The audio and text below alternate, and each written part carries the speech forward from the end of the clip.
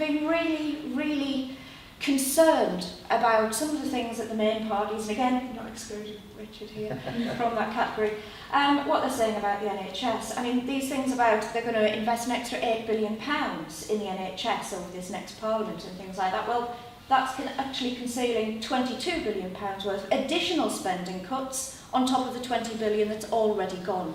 There is a £30 billion spending deficit in the NHS. So £8 billion, not really going to touch it, because they're not prepared to look at the underlying structures as well. So, the Green Party, we want to immediately increase funding to the NHS to address the decades of underfunding that we've seen, raising it to at least £20 billion extra by the end of the first Parliament per year.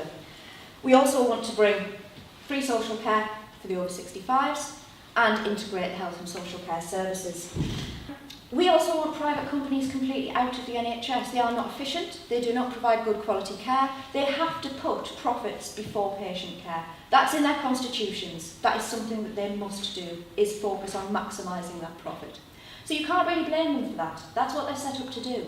But it's like the farmer that lets a fox into its hen house for the good of the hens. You'd think they were a complete fool. And that's exactly what our governments have done to our NHS. They've invited the foxes in to prey on the ill and the infirm.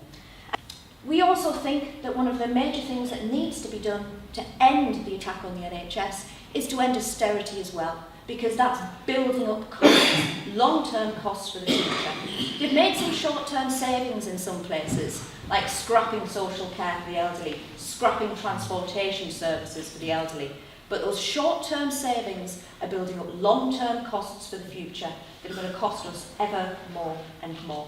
The damp housing, the people using food banks, the people under stress because of benefit sanctions and caps are all adding to the costs in the NHS. So austerity must end if we're to have a chance of preserving a world-class health service such as we have at the moment.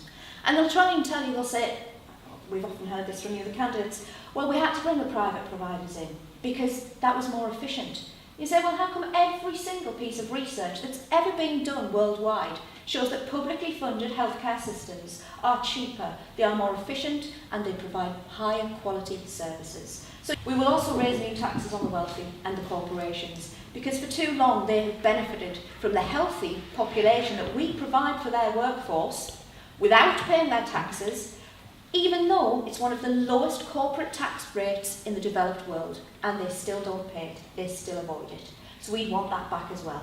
And we don't think it's enough. When the main parties are saying we're going to take £12 billion off welfare and £5 billion off tax, it just shows you where their priorities are. £5 billion out of a possible sum of, some people estimate, up to £120 billion. So no, we want that back. We want the corporations to start paying their way, and we want our healthcare service to be universal, comprehensive, and free at the point of use, as it was set up to be.